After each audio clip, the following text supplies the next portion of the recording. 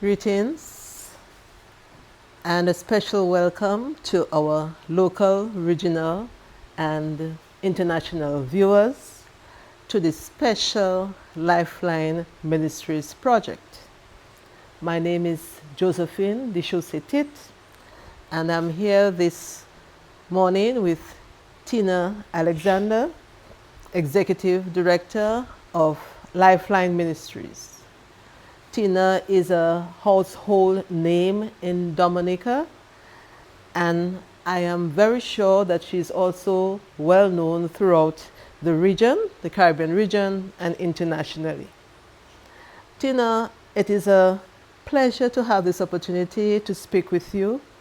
Many people have heard the name Tina Alexander, but on the off chance that someone is hearing your name for the first time, can you please share with us a little bit more of who you are and what you do? Sure. Well, good morning.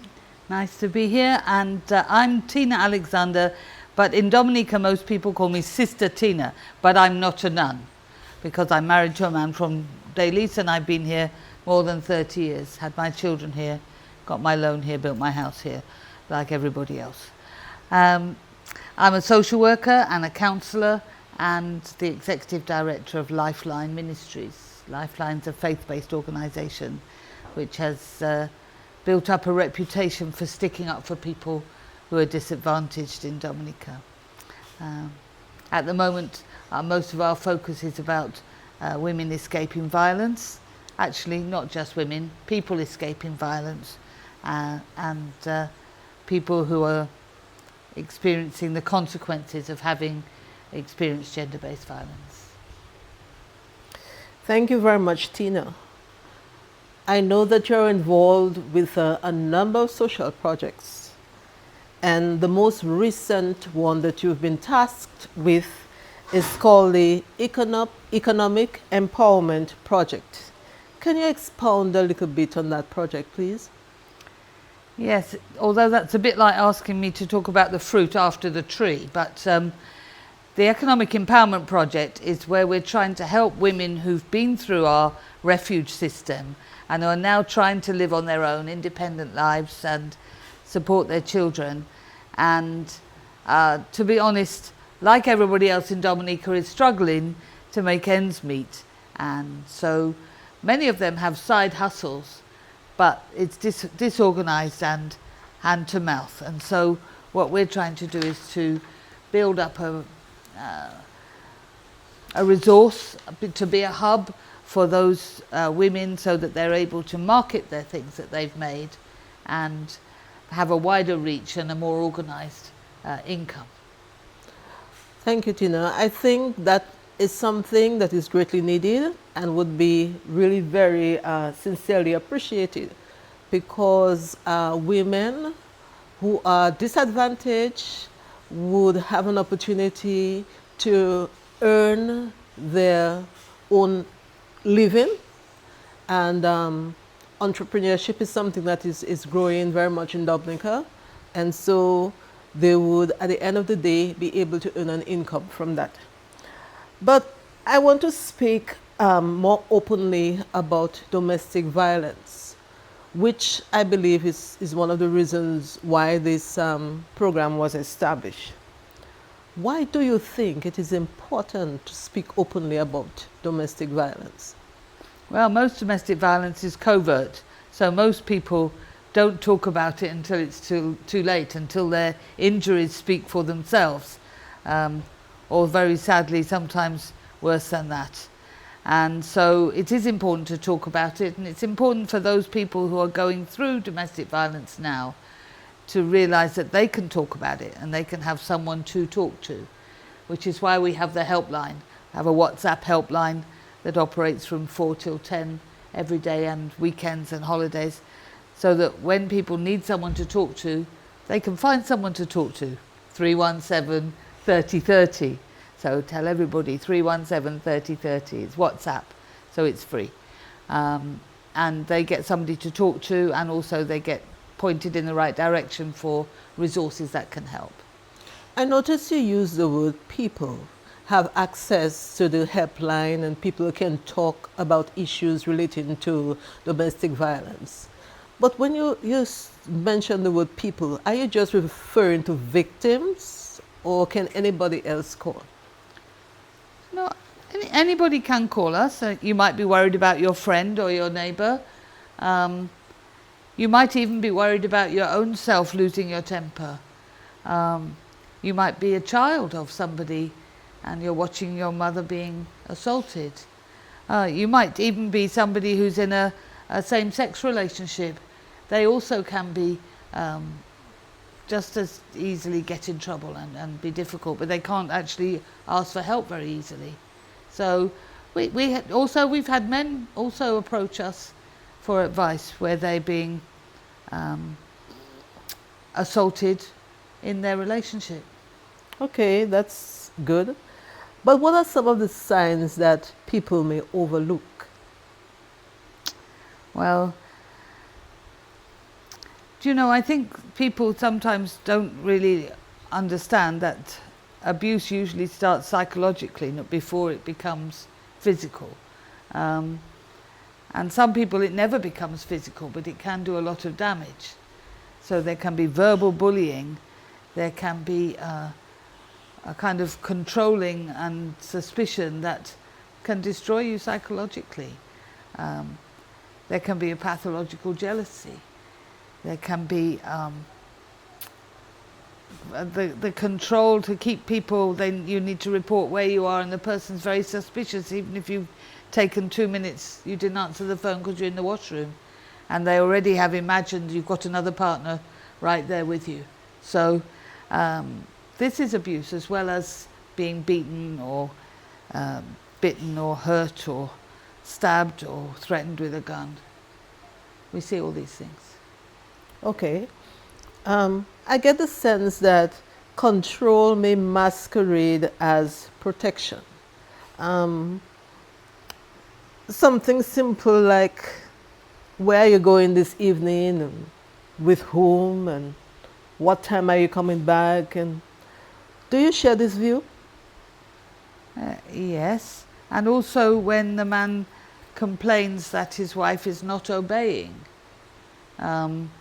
as if she's a child to be controlled. And she didn't obey, so she deserved the blows I gave her because she was disobedient.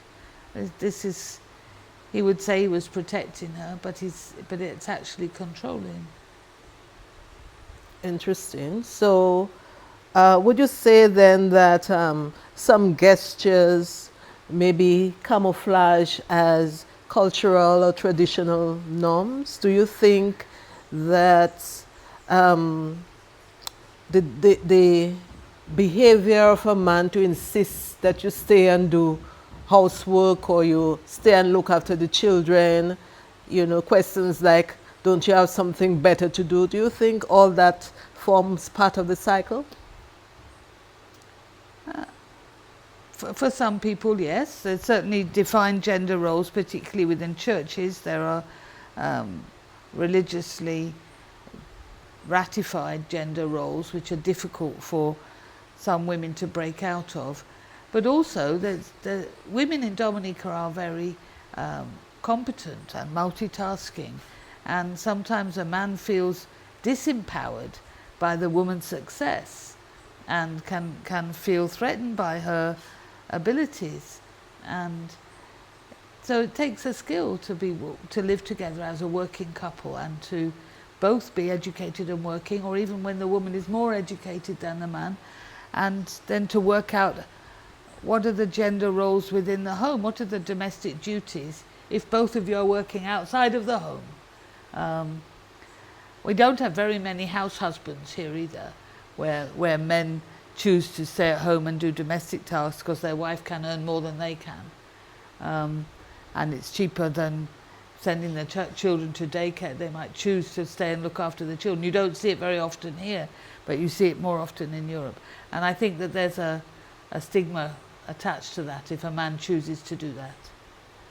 But do you think too that the biblical concept of submission or be fruitful and multiply is sometimes misconstrued? Well, the Bible was written by men, huh? But anyway, it actually says submit to one another. So that's relating to not fighting for your own corner, but actually when you love somebody, preferring their option and actually caring for them by sometimes doing what they want instead of what you want. And that's submission. I don't think submission really means like in wrestling where the person has to submit because you're treading on their neck. You can submit to one another differently from that. Okay. So the Bible definitely says it, but it does say to each other, not one to the other. And I think in the same breath where it says women obey your husbands, it also says husbands love your wives like Christ loved the church, and he died for the church. So, there's room for some Bible study there now. Okay, important and very interesting. Although you pointed to that a bit in your opening statement, but how does domestic violence affect people emotionally, mentally, physically, and socially? You got all day? Yes. The effects of domestic violence are as much internal as they are external. So although you may get a black eye or a broken arm, that will heal and it won't show in a few months. But if somebody has made you feel less than, if they've made you feel like a possession, if they've made you feel like you're responsible for the fact that they must hit you and punish you, this takes much longer to recover from. And children who witness violence are pre-programmed to respond violently, which is scary. Girls who've seen their mothers trapped in those sort of relationships often end up replaying the same thing in their own lives. Boys who've witnessed their mother beaten, they feel very angry and violent towards anybody who crosses them because that is what they've learned. They've learned that it's right to respond violently. They're watching their father respond violently when he's angry. So I think it screws you up internally, and you need help if you've been through that. So we're understanding then that emotionally people tend to feel intimidated, or their self-esteem drops. But how do you explain the concept of being gaslighted or breadcrumbed? I think these are recently new terms that some people speak about. If somebody is gaslighted, or if somebody is just receiving breadcrumbs in an emotionally in a domestic violence environment, how do you explain that?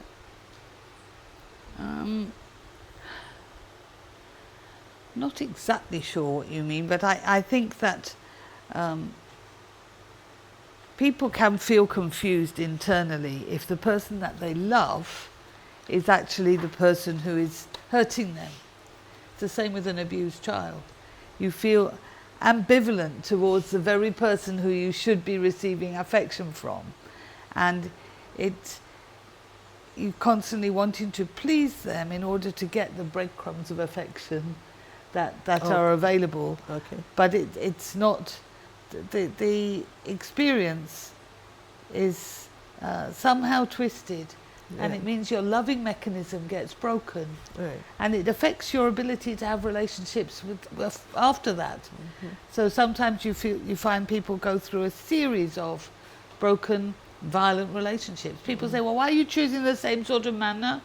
Mm-hmm. How come you get in that again? Mm-hmm. But actually your loving mechanism is broken. It's broken. Mm. Okay. And in terms of gaslighting, I'm sensing that if a man is abusive to you, somehow he also has a tendency to make you feel that you're imagining things. So if, for example, he tells you, make sure you come back by a certain time, you might feel that, okay, he cares about me. but then maybe he's trying to exert some control over you. So he's trying to let you believe that it's care and not emotional abuse. So Yes. I get that sense. Yes. You indicated somehow in our previous one-on-one that many victims are subject to mental abuse, which is just as bad as physical abuse. But is mental and emotional abuse similar, or is there a difference? Well, I think emotional abuse means that you would be feeling fear, I see. okay, or you might be feeling heartbreak. I see. Whereas mental abuse, it might have actually trying to make you believe something is true that's not true. Okay, so that's the gaslighting. Right, or for example, the person saying, you're a narcissist, you think everything's about you. I see. You know, why do you have to keep triggering me? You're doing that on purpose. I see. Which is making the person suddenly question their own What self. am I doing Yeah, wrong? what am I doing? How come this is my response? He says it's my responsibility that he's beating me. How is that? So that is more mental, playing with them mentally, and then sometimes bringing into play previous relationships, talking about previous relationships, or assuming that the person is having another outside on you. relationship I and see. so on. Whereas that's different from saying, you know, I'm putting this gun here, okay, and just for your information, it's loaded. So that's mental abuse? Well, to me, Wow. that's emotional. That makes you Emotional. feel like you're frightened, no? And if the police come, I'll know it was you, huh? And if I can't find you, I know where your mother lives. Okay. Um, Wow. Okay, so I mean, physical abuse is something that you can observe with your eyes, I believe. But can you share a little bit more about that? What have you actually seen over the years, and how is this typically handled? Well, maybe you should talk to the doctors in A&E.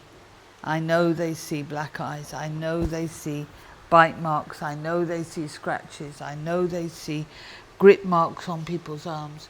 And I know that the victims, we call them survivors. It's more empowering to be called a survivor. But the survivors say, oh, I walked into a door. I fell. I had a child with injuries tell me recently that she fell. The injuries were not, they were obviously made with hands. And the child already said she fell. So it's like, as a survivor, the first thing you have to do is be honest with yourself. You didn't fall. The person you love hurt you. It's hard. When this happens, do you think that technically they are trying to protect the perpetrator, or they feel a sense of guilt or shame? Maybe both. And also I think they're in denial. Sometimes people will say, well, yes, we fought, but we made up.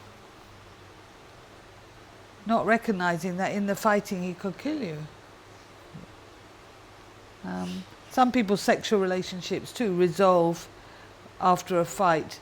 It ends up having sex together, and so as a result, it's very confusing. The emotional profile is confusing for the young lady. She may not want to really detach. She just wants it to stop. It's not that she wants to leave him. She doesn't want to leave him. She loves him. It's not a stranger attack. It's not somebody on the road attacking her. Okay, so what about social abuse? What do you consider social abuse? Well, maybe isolation. We've had some people who are not from here, who have come here and they're with a man from here, and they're not allowed to make friends. They're not allowed to, some of them not allowed even to learn the language, not allowed to go out and earn money and have their own money. This is social abuse. Some people just kept at home, good for sex, so they often have a lot of children because they're not allowed to go to town to go to Planned Parenthood and get on contraception. No. But there are two follow-up questions I have to that. One is that I knew of a couple growing up, and they were not married, and the lady was having a baby practically every year. So is that a way, is that, would you consider that abuse of some sort? It depends if she wants to have a baby every year and if she's got the money to care for children every year. If she wants to, I'm not saying that everybody who has babies every year is abused, but some people who are being controlled and not allowed to go and get contraception if they want it, or for whom their bodies really are not in a fit state to have a baby every year, and yet they still are, one have to ask a question. Certainly, sometimes we see women who have a baby every year by a different person because they're looking for the right person, and one of the things they're good at is having babies. So some people are very fertile; they fall as soon as they have sex. So. Yeah, but in that particular case, and that person, I don't think that person was being treated well. I don't think that person was allowed to work, and the gentleman said, the Lord said to multiply.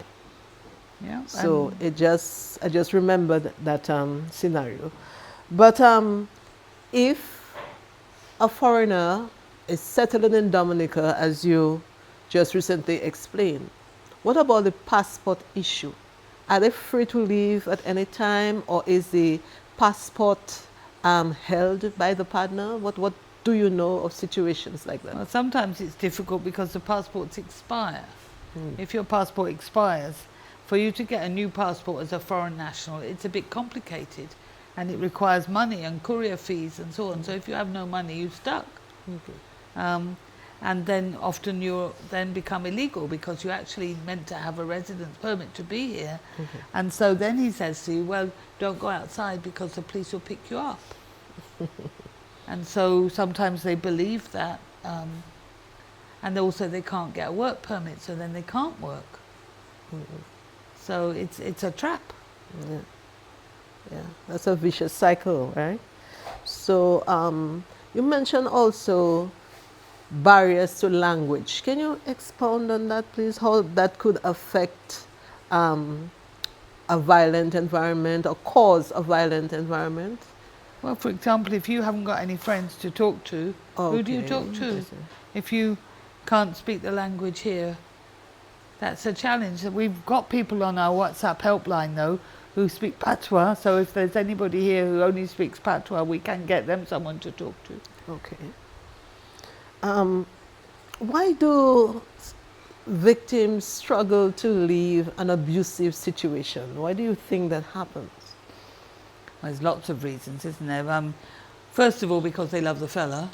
So if they're in love with the fella, it's very difficult. You always hope that when he says he's sorry, he really is sorry and he won't do it again, which is very unlikely. Secondly, if you've got children, it's complicated because you know it's going to be tough to actually manage on your own with those children. You know it's already tough living with the fella, so it'll be more tough when you have to move out of his mother's house or move out of the house that you have together, or if he's been paying some sort of rent. There's no guarantee he's going to pay. The court will tell him to pay money to you when you get a protection order, but it's difficult to force the issue and unlikely that he will in fact make the payments properly. So financial reasons, emotional reasons, practical reasons, where are you going to go? If you do go to the police station and they agree, yes, it doesn't make sense for you to go home, it's dangerous to go back, then the police can call us, and they do call me. And we have a network of refuge homes established. When I say refuge homes, what they are is Airbnbs with trained safe hosts. I don't want to tell you where they are because that's the whole point of them.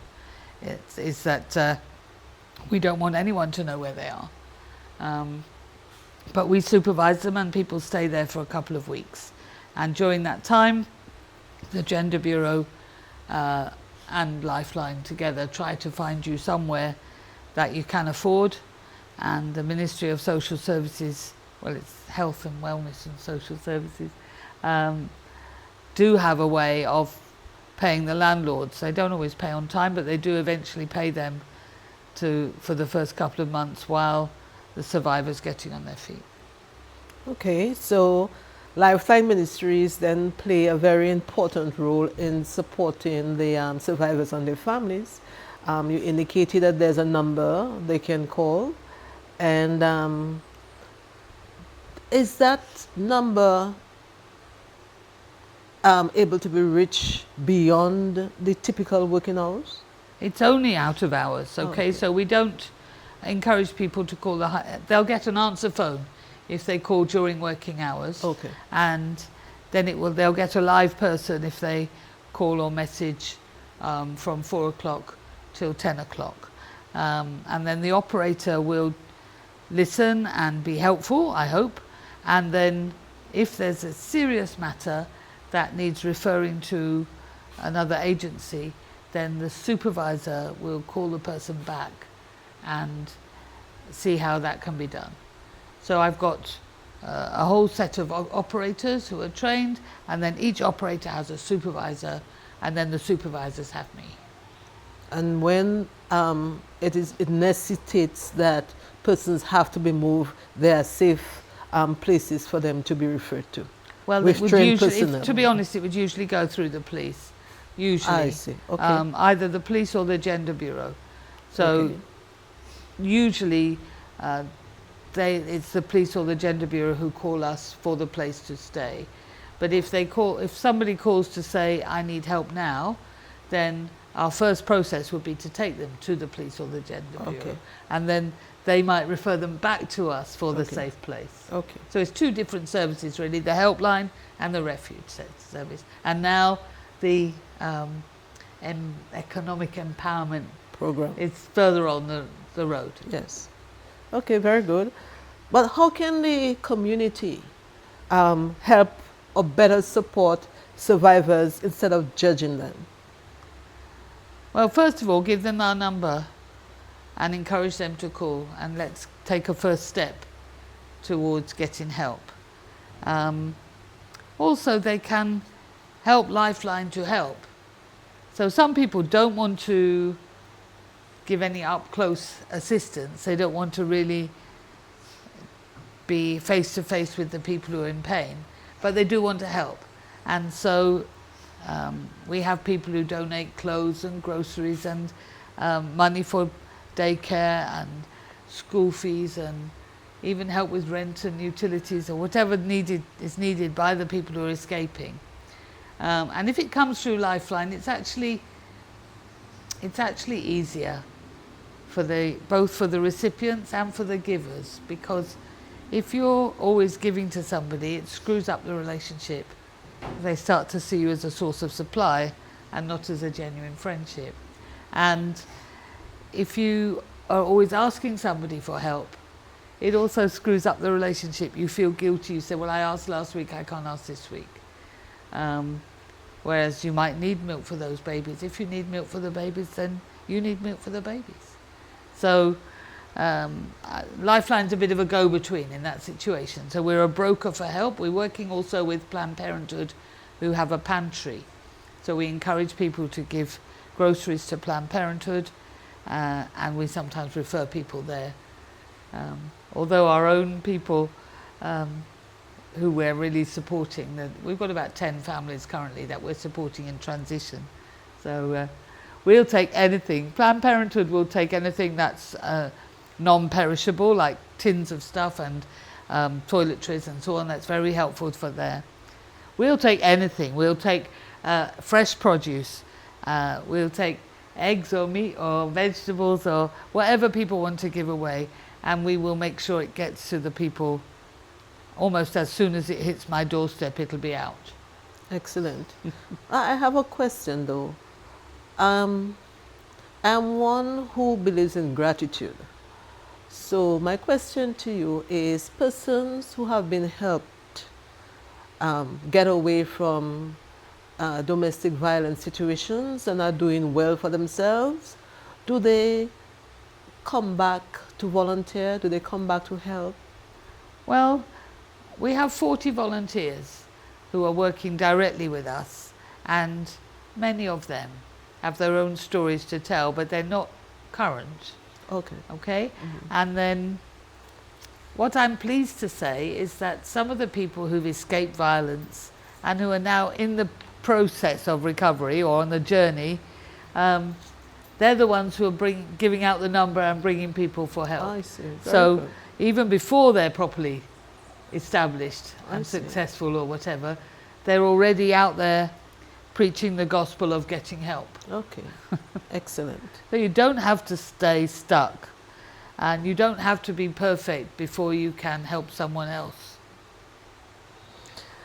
Tina, how quickly time flies. We're down to our very last question, which is, would you like to reiterate any important points? Is there something that you need to say that I didn't ask about?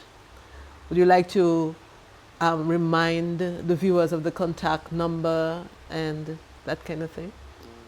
Well, sure. If people are stuck in violent relationships, you don't have to stay stuck. Call us 317 30 30, or WhatsApp message us if it's embarrassing to call, or if you're not in a safe place where you can call. You can say, don't call me back, just message me, that will work. If you need to meet somebody somewhere privately, we'll organise it.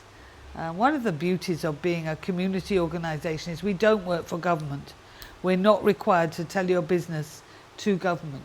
We can help you tell your own business to the right places, but we recognise that there are problems. There are problems going to court, there are problems going to the police. You may have somebody you know in one of these agencies where you're meant to be going for help, and so we recognise that it's not easy to do it. If it was easy, you'd already be doing it. So we're trying to help people to get help, to save their lives, to save the lives of their children, without compromising themselves and having to run too far. Because actually you should not have to leave your home, leave your familiar surroundings, leave your family, leave your country to stay safe. A man should not have that power over you. Okay, we can help you to empower yourself so that the person who is committing the crime is the one who needs to be ashamed. You don't need to be ashamed. You need to just be able to come and start the process of getting help. Okay, thank you very much, Tina, for this opportunity for the local public, the regional and international public to know more about Lifeline Ministries, the services that it offers, and about the Economic Empowerment Project, which is geared towards empowering young women to get away from domestic violence and to become entrepreneurs or to improve their craft and to earn a decent livelihood without having to be dependent on anybody else and subjecting oneself to domestic violence. Thank you very much for this opportunity. And we should say that these girls have got many talents, and whether it's making massage oil, rum punch or necklaces, whatever is your particular skill, we'll help you so we can monetize those skills so that you don't have to be dependent on anybody, that you can actually make your own living and look after your children. Once again, thank you. Thank you, Tina.